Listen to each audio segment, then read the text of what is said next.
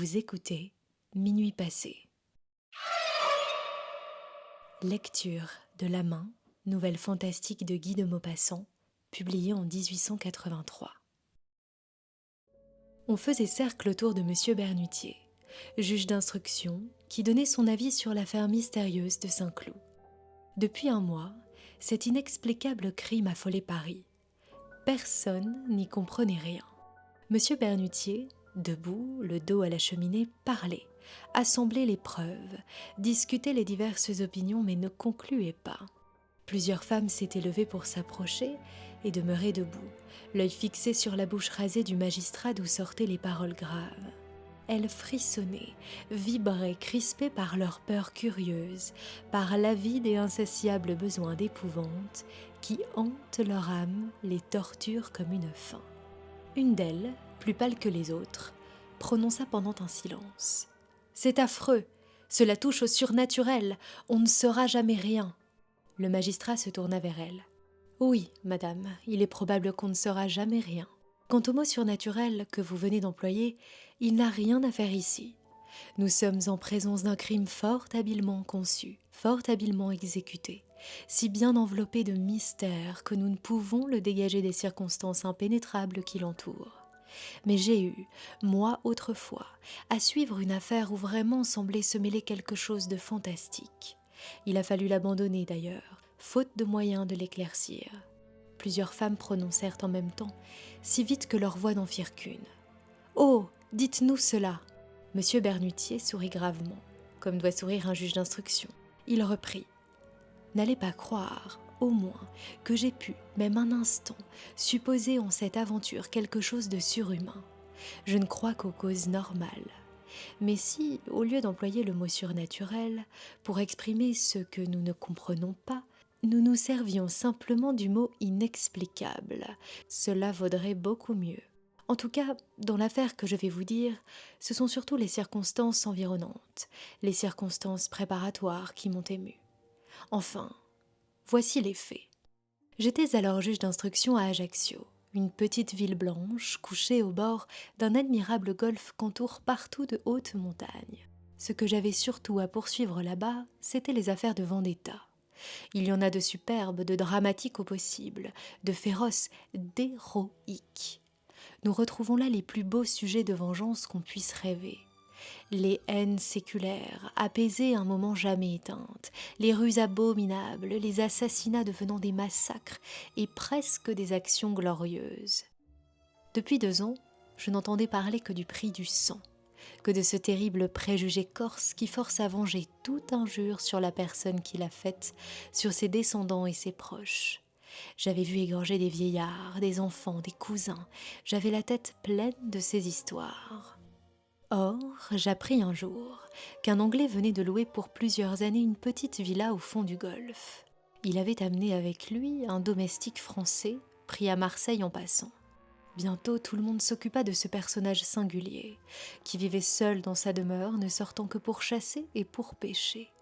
Il ne parlait à personne, ne venait jamais à la ville.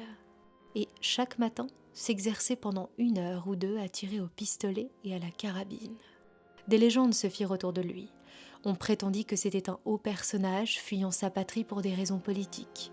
Puis on affirma qu'il se cachait après avoir commis un crime épouvantable. On citait même des circonstances particulièrement horribles. Je voulus, en ma qualité de juge d'instruction, prendre quelques renseignements sur cet homme. Mais il me fut impossible de rien apprendre. Il se faisait appeler Sir John Rowell.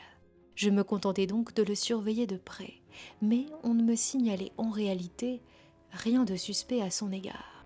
Cependant, comme les rumeurs sur son compte continuaient, grossissaient et devenaient générales, je résolus d'essayer de voir moi-même cet étranger, et je me mis à chasser régulièrement dans les environs de sa propriété.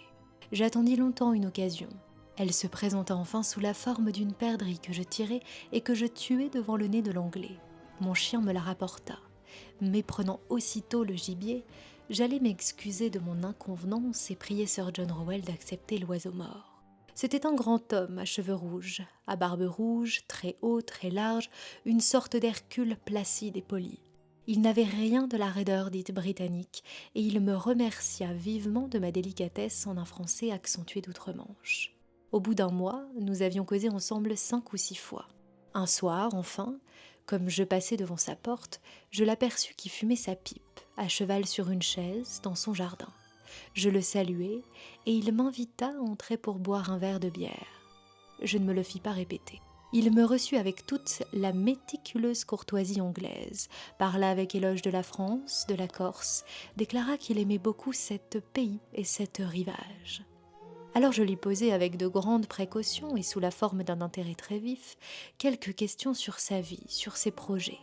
Il répondit sans embarras, me raconta qu'il avait beaucoup voyagé, en Afrique, dans les Indes, en Amérique. Il ajouta en riant, « J'avais eu beaucoup d'aventures, oh yes !» Puis je me remis à parler chasse, et il me donna des détails les plus curieux sur la chasse à l'hippopotame, au tigre, à l'éléphant et même la chasse au gorille. Je dis, « Tous ces animaux sont redoutables. » Il sourit. « Oh non, le plus mauvais c'était l'homme. » Il se mit à rire tout à fait d'un bon rire de gros Anglais contents. J'avais beaucoup chassé l'homme aussi. Puis il parla d'armes, et il m'offrit d'entrer chez lui pour me montrer des fusils de divers systèmes. Son salon était tendu de noir, de soie noire brodée d'or, de grandes fleurs jaunes couraient sur l'étoffe sombre, brillaient comme du feu. Il annonça. C'était une drap japonaise. Mais, au milieu du plus large panneau, une chose étrange me tira l'œil. Sur un carré de velours rouge, un objet noir se détachait. Je m'approchai. C'était une main d'homme. Non pas une main de squelette, blanche et propre, mais une main noire, desséchée, avec les ongles jaunes, les muscles à nu et des traces de sang ancien. De sang pareil à une crasse, sur les os coupés nets, comme d'un coup de hache vers le milieu de l'avant-bras. Autour du poignet, une énorme chaîne de fer rivé, soudée à ce membre malpropre, l'attachait au mur par un anneau assez fort pour tenir un éléphant en laisse. Je demandai « Qu'est-ce que cela ?» L'Anglais répondit tranquillement. « C'était ma meilleure ennemie. Il venait d'Amérique, il avait été fendu avec le sabre et arraché la peau, avec une caillou coupante, et séché dans le soleil pendant 8 jours.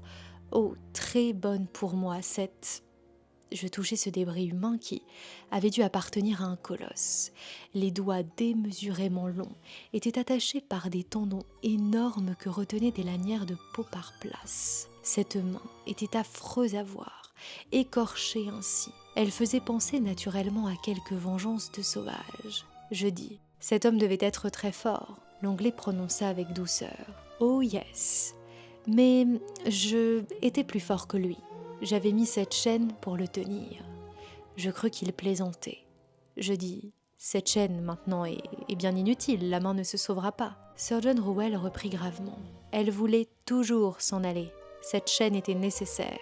D'un coup d'œil rapide, j'interrogeai son visage, me demandant, est-ce un fou ou un mauvais plaisant ? Mais la figure demeurait impénétrable, tranquille et bienveillante. Je parlais d'autre chose et j'admirais les fusils.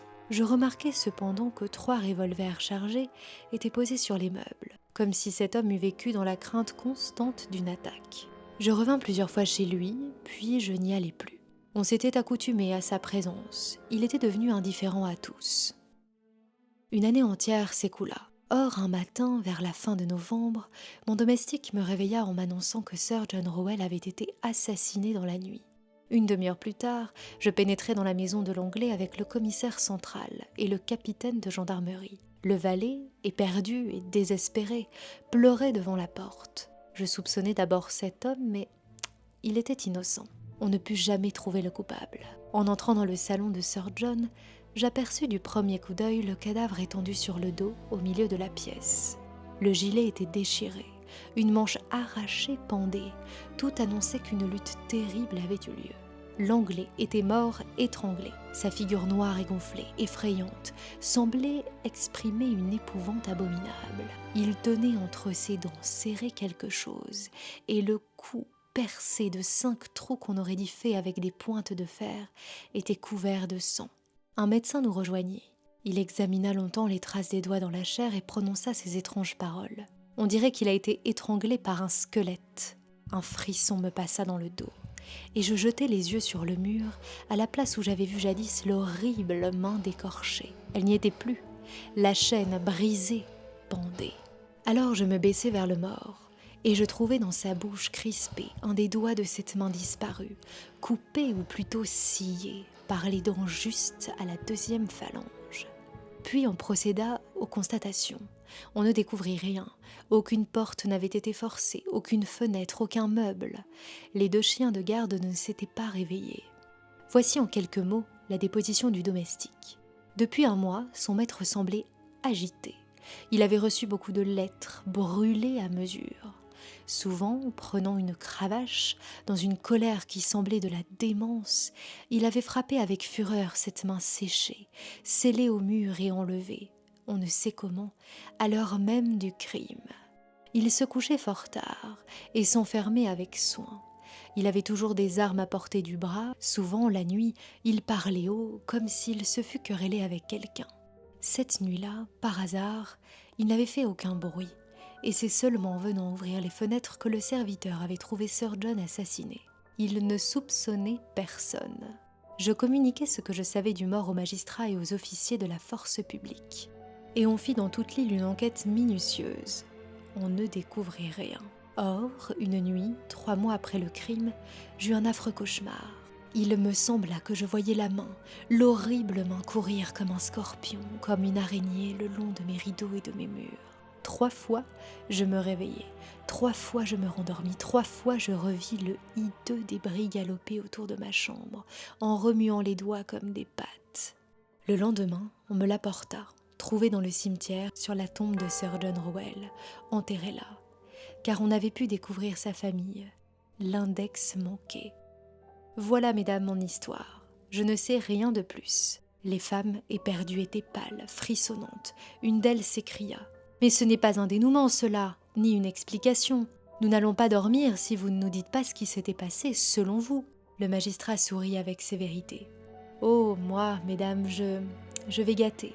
Certes, vos rêves terribles. Je pense tout simplement que le légitime propriétaire de la main n'était pas mort, qu'il est venu la chercher avec celle qui lui restait. Mais je n'ai pu savoir comment il a fait, par exemple. C'est là une sorte de vendetta. » Une des femmes murmura : « Non, ça ne doit pas être ainsi. » Et le juge d'instruction, souriant toujours, conclut : « Je vous avais bien dit que mon explication ne vous irait pas. » Guy de Maupassant, La main, 1883.